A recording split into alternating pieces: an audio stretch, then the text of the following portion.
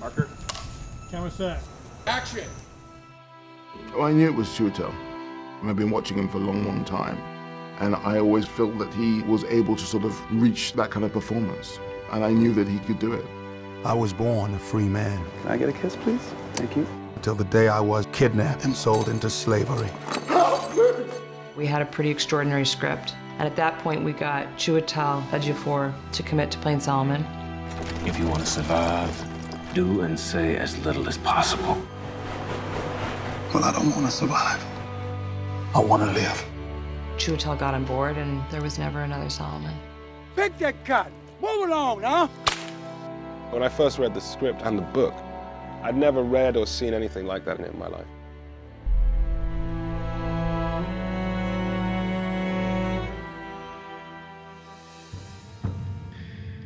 The book as a template is so useful as a way of trying to understand this character in this time.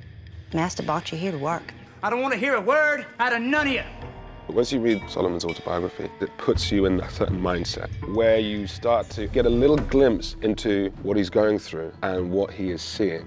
I originate from Canada. I guess where that is. Oh, I know where Canada is. I've been there myself. Well, travel for a slave. Once I started to see that, to really feel what that emotional journey would mean for someone, it's impossible to kind of lose it. It's something that has really penetrated me. Went down to the River Jordan. Going to the plantations in the South and being in places where some of these things occurred. And that burning heat, the violence that he sees occur, you do get a glimpse of what the day-to-day must have been like. It's quite a thing.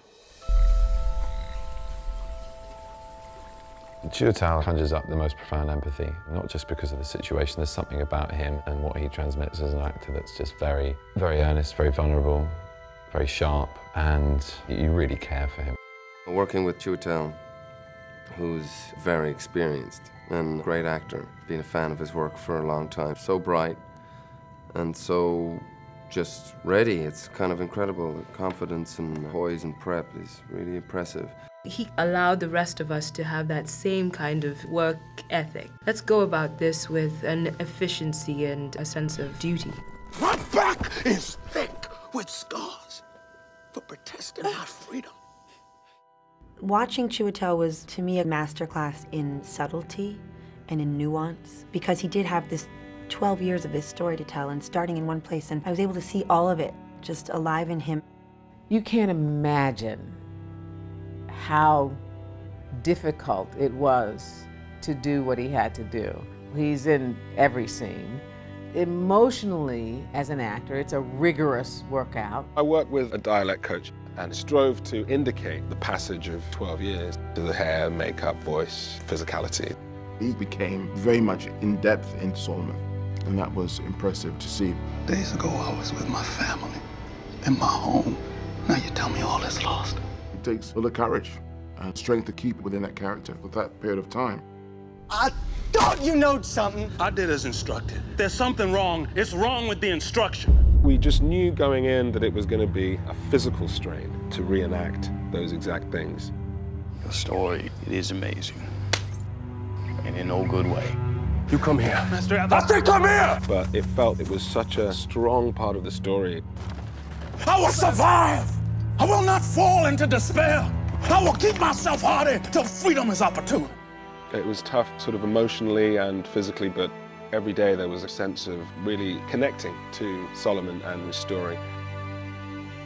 And reenacting something that he went through and trying to reenact it in the detail that he describes it was something that really was very important to me. It would be an unspeakable happiness to see my wife and my family again.